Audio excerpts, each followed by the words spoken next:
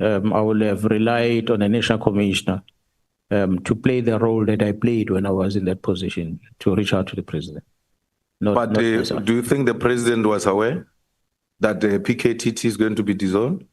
I cannot say that. If I listen to what he said in the recent media interview he did in Northern Cape, it makes me believe that he didn't know. When I met with him after my press briefing, he acted as a person who was not aware of what was happening. Do you know the relationship of President and Paul O'Sullivan? No, I don't know how related they are. I just don't know that Mr. Paul O'Sullivan speaks a lot about being in contact with many people, including the president. So I have not gone deeper into establishing the type of relationship they have.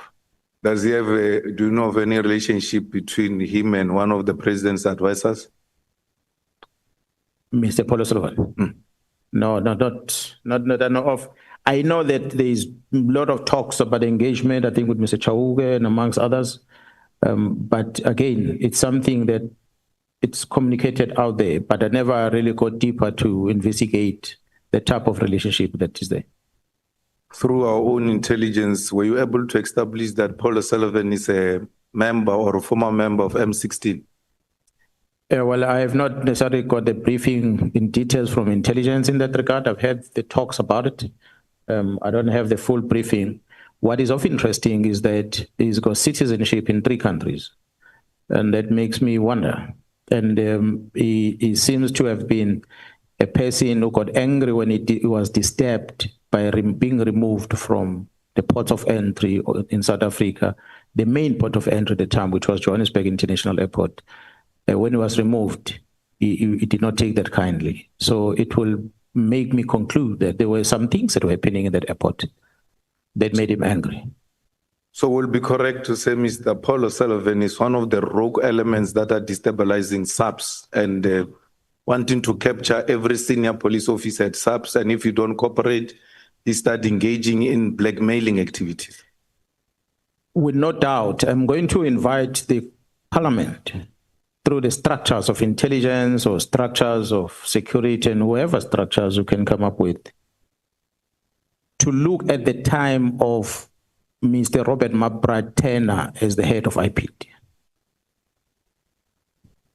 How they were interacting with Paul O'Sullivan.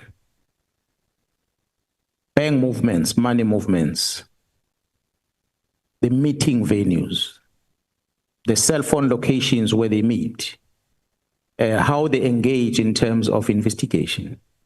I'm saying this to the members because it is that which Mr. Nkabinde told me, who's now a chief of staff in the office of the minister, that operations of IPD were planned, coordinated, and executed at Paul O'Sullivan's house. That was his words to me. So I'm going to request that such be investigated in details, because the phone will put McBride in this place, will put Paul O'Sullivan in this place, will put Nkabinde in this place, and others. And when that investigation is conducted, nobody can deny it, because we'll know exactly that all of them have been operating, guided by Paul O'Sullivan. And that is on one side. And I'm interested to know, honorable members, as to who is the author of the report that was produced when the city of Johannesburg, as well as the National Commissioner, wrote to the State Security asking them about the legality or otherwise of the gadget that were bought by the city of Johannesburg at the time when Jairus Bia was in charge of the security in that place. And who is the company that supplied that gadget? And how was that gadget sourced from the country in Europe where it comes from, in the UK? And I want to also recommend an investigation against the purchase of the similar gadget that was bought by DPCI back in 2010, where Jairus Bia was working at DPCI at the time, whether such was bought legally, who are the supplier, and who's the manufacturer of the things. And I'll want the parliament to check every financial records of Mr. Paul O'Sullivan and all the individuals I've mentioned. And so that we're able to trace and draw a conclusion whether is Paul O'Sullivan a clean man or is an agent. So I think based on that investigation, we're able to conclude whether is he indeed a clean man or he is what is being said in public, an agent. If he's a clean man, why he does what he does? If he's an agent, who is he working for? But it is time that this country must not sit back and be run by Mr. Paul O'Sullivan. And if government fails to act on it, the men and women in this country, they're going to take it upon themselves to do something drastic on it. And it might not be what this government wants to do, because he has gone too deep in showing that he's got control all over. And maybe lastly, I might ask the members to say, if we ever heard of any report that is deemed to be classified, that's supposed to expose the wrong that has happened, such reports be interrogated. And one of them, IPID has a responsibility to investigate criminal things. When you hear the Minister of Police says, I've got a report from IPID that is classified, then you need to ask yourself a question. You are not an intelligence structure. What do you do with a classified report that you don't want to release? As IPID, what is that report doing in the Minister first place? Because IPID deals with the criminal case docket. Whatever you investigate must get into the case docket, and that docket must go to court. Why will it go to the minister and the minister goes out public and say, I've classified this report, I won't make it public? So these are the things that might need to be checked, because it is when the system of government fails. And you have worked hard to create a legislation to try and protect yourselves, the citizen of the republic. But if it's manipulated in that fashion, that the minister can just decide, I'm classifying this, I'm not releasing it in public, perhaps you need to ask, do your minister that classifies a document, do you have a security clearance yourself? So how do you classify something if you yourself are not vetted? You don't have a security clearance. So what gives you basis to classify something? So those are the typical examples that I'm talking about that might need to be checked. The problem in the law enforcement is so serious in this country that's why I'm saying, if these things are going to be centralized in a national commission, then it might not be fixed. There's too many problems that exist. And if we start looking at how can we decentralize some of the things, we lessen the risk against this country. And it's a serious risk, honorable members. So that's why I'm going to end on that response. Well, General, I don't understand why would a bully like Paul O'Sullivan, who is a person of interest because he's suspected to have brought some certain gadgets in the country, is now involved in the destabilization of the security cluster, is so deeply involved. Why is the National Commissioner, or including yourself, not opening a case on crimes against the state? Because when you are engaged in the destabilization of the security cluster, you are a national security threat. And therefore, a case should be registered against you, and he must be investigated and be arrested, because he has been going on for a very long time. He has become untouchable, he has become a bully, and it looks like everybody is so helpless around him. What makes it like that? Why are we not opening a case at that level as police, if we have this kind of information to verify the authenticity of the things we hear, so we legitimately investigate him, especially on crimes against the state? Yeah, well, I think majority of the things that are happening that Paul O'Sullivan is doing at the head office, and the authorized people that are closer, that are affected, that should be assisting us in such investigation, that should be acting on it. Myself, I have not necessarily pursued anything because I never really had much details of what. I will hear him talk about things. What triggered me, first time that drew my attention to him, when he published through the media, he published the photos of Gerald Patlane, who was the acting national commissioner. When he published the photos of Gerald Patlane's house when it was still under construction. And then I started asking myself a question, this house was finished about a year ago. How did he get hold of these photos?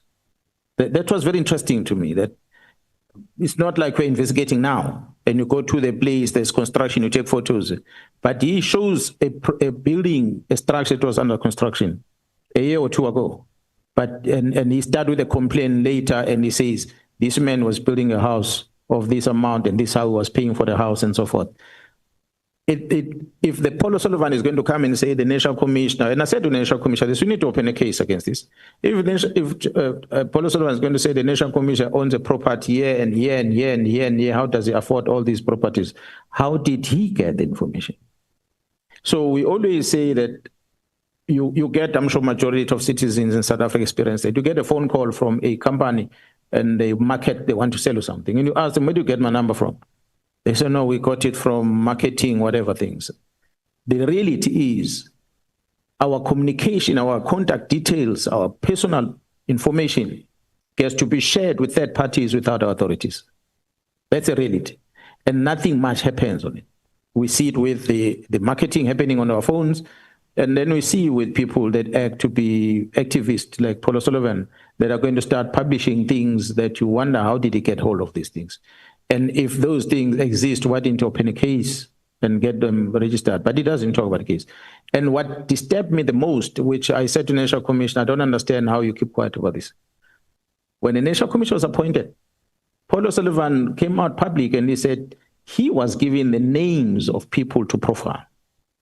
He himself said that the presidency gave him names of particular number of people to profile whether they are suitable or not.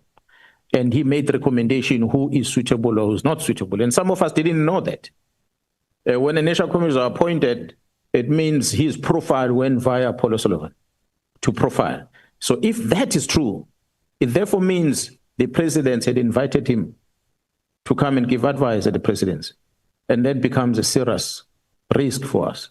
So, but I said to the National Commission, it affects you. If it was me, I was going to open a case, but I don't think this thing should be allowed because this man is saying he's now making a decision as to who becomes the National Commissioner, please. General, I want to follow up on the drug cartels. Every time we're told of a big five, and a big five, my understanding is that it's a drug cartel. And when we are asking for the names, we are told of Matlala and Molefe, who are now in jail. But they're not in jail for drugs. They are in jail for a gun that is connected them to some celebrities and all of that. Meta and all. For Transnet, DJ somebody and. How do I conclude that these are the big five of drug cartels? Because they're not charged with drugs. And like you said, the drugs are a big problem. Not that others are not a big problem, but the drugs are the ones that are going to destroy the young ones. And when we are asked about this big five that deals with drug cartels, we are given two people who are in prison, but they're not charged with drugs. How do I conclude that indeed these are members of the drug cartel? Well, remember, the details can be presented by the team as a covert operation. They have the details about it that I might not be able to talk to it. However, a strategy of arrest, of an investigation of a case, you might arrest a person, although in this case you are labeling them as part of Big Five, and the Big Five is involved in this drug syndicate. We might not arrest them for the drug specific, but the bigger investigation that talks about drugs is there, but the charges that we are putting against them are something else. It's a strategy we employ in the police to keep people behind bars until we are ready with a bigger case and we throw it in. A typical example is the same strategy we employed in KZN when we were dealing with the AKA case. And we arrested a whole lot of them for other cases, just to keep them in custody until we were ready with the main case when it was matured and we could identify all of them. And then we started charging all of them for the murder of our celebrities. Otherwise, they were already in custody. So similar strategy we're doing on these ones. We are taking them for other cases. We are adding any other case because they've got many cases. Safe to say, with respect to the case of the death of that employee at Vereeniging, Mr. Swart, it had nothing to do with drugs. It was tender issues there. that involves Mr. Mleef. But the matters of these DJs is drug related. When the picture you're going to see when the matters gets to court is that this one thought he's clever by stealing this one's drugs and he starts selling them, and this one then killed him. Mm. So not to say the victim is a clean man on drugs. He died because of something that he did wrong to this one. So we have a consignment of over 200 million rand, for instance, if I use that as an example. The police in the organization is there to identify exhibit, you book it in the SCP-13 register in the police station, you leave it there. If it's such big thing that you transfer to another safer storage place, which in this case will be a forensic lab if it's drugs. But it so happened that in KwaZulu-Natal at one stage, there was a consignment found in Durban. And our laboratory in Durban is at Manzimtoti, which is about 10, 15 kilometers away from Durban. And they did not have a facility to keep such consignment of drugs. And the next place where we take these drugs to is Pretoria, where we keep these drugs in the bigger storages. But it so happened that case that the drugs were entered into the SCP-13 register of a police station, booked out the same time, and transported south of KZN to Port Shepstone, and locked into the offices of the PCI that had no one guarding it. And during so-called alleged load shedding at night, there was a break-in a big storage facility, a break-in inside that facility. There were bags of drugs, and there were also other drugs that were not associated with the ones that came, the consignment that came in. And there were firearms, illegal firearms that were also stored in there. But when the break-in happened, the only thing that was stolen was this specific consignment of 200 million rand of drugs and nothing else. You arrive at the crime scene, you will expect the crime scene is being cleaned, everything is stolen. But you arrive there, you find an AK-47 standing there, then you say, but why didn't they steal this AK-47? Then you realize the mission was not the AK-47. The mission was drugs. So they came to collect what is theirs, and they took it away. They left everything else untouched. And that made us conclude that it was a plan break-in. Because the question we are asking TPCI, why did you allow these drugs to come to your offices? And there's no one guarding. And you have load shedding, and this thing happened during load shedding. So we believe the information tells us that those drugs taken there ended up in Johannesburg, are part of the drugs that caused about majority of the murders that happened in Johannesburg. Because people took it and they started stealing, and they did not deliver them where they were supposed to deliver them.